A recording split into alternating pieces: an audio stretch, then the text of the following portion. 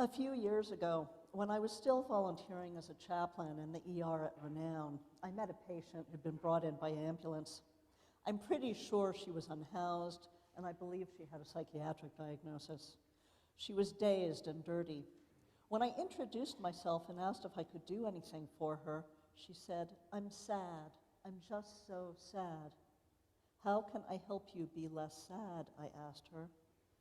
She looked up at me and said, "Tell me I'm a person." The Parable of the Nations is an instruction manual about how to tell other people that they're people. It urges us to feed the hungry, give water to the thirsty, offer clothing and shelter to those who need them, welcome strangers, and visit prisoners and anyone who is ill. If we do these things, Jesus says, we are serving him. If we don't, we are rejecting him. He is reminding us that the least of these, like everyone else, are created in God's image. All of us are holy, irreplaceable icons of the divine. Stories about people are always also stories about God. A lot of Jesus' parables are confusing, full of baffling stories about wedding robes and wicked tenants. The Parable of the Nations is a straightforward, even blunt, primer about how to be good disciples. It comes at the very end of the church year. Next Sunday, the beginning of Advent, restarts the liturgical calendar. This morning's parable summarizes the gospel lessons we've been hearing all year. Love your neighbor as yourself. Love one another as I have loved you.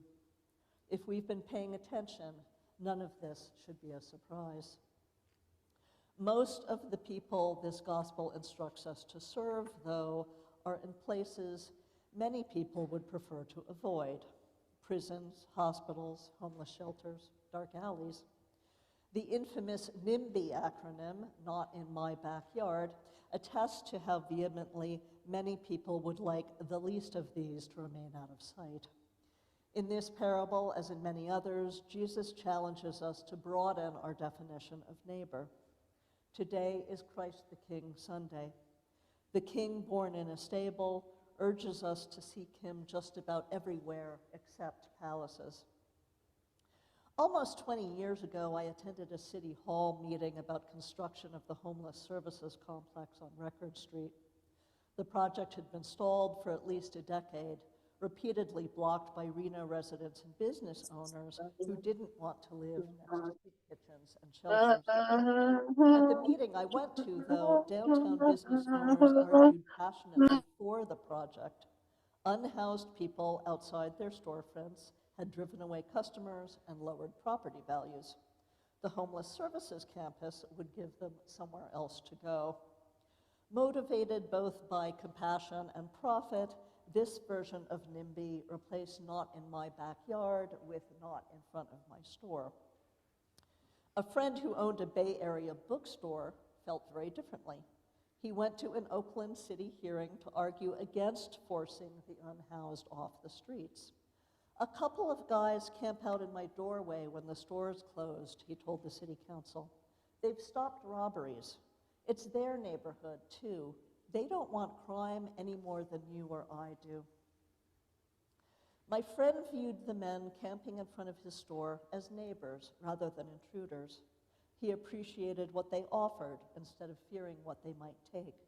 He was grateful for them. He treated them like people. What does it look like when an entire community does that? Many years ago, I took a class at the Graduate Theological Union in North Berkeley.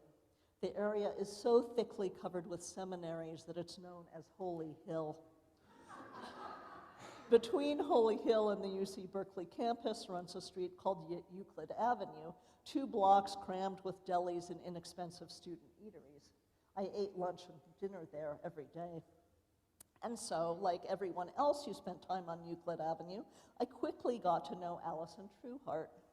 That wasn't his birth name, which I never learned, but it was what he wanted to be called. He sat on a milk crate outside a deli and thanked me very politely when I put a quarter in his collection cup. Later that day, he saw me wearing a t-shirt emblazoned with the name James Tiptree Jr., who was a famous science fiction writer. Allison called excitedly after me. He knew Tiptree's work and life story. It turned out that we both loved science fiction. We were about the same age, and we'd read a lot of the same books and shared many favorite authors.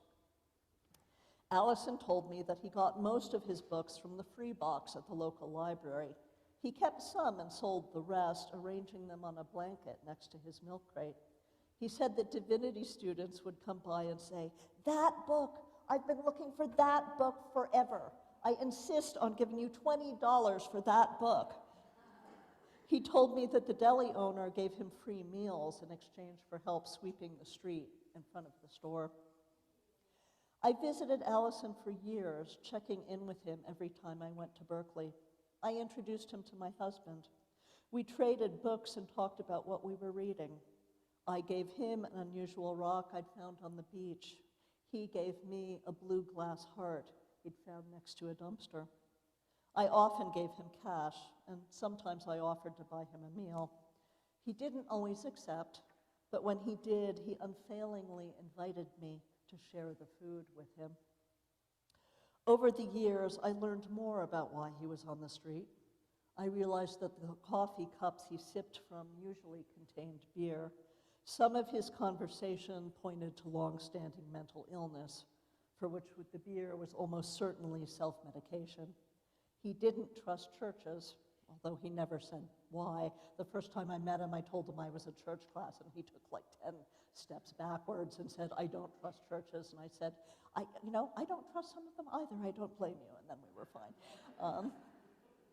He received county medical services, including surgery after a robbery. The thieves had found him sleeping and beat him so badly that they nearly put out one of his eyes. Then they took his wallet, which Allison said bitterly didn't even have anything in it. It took him months to recover from the attack, but even then he had no interest in permanent housing. "I like how I'm living," he told me. Allison did not have reliable physical shelter. If he had family, he was estranged from them. But what he had in abundance, despite the dangers of his situation, was a community of loving neighbors, people he knew and people who knew him, people who watched out for him, shopkeepers and students who found ways to give him what he needed without injuring his pride. He had people who told him he was a person.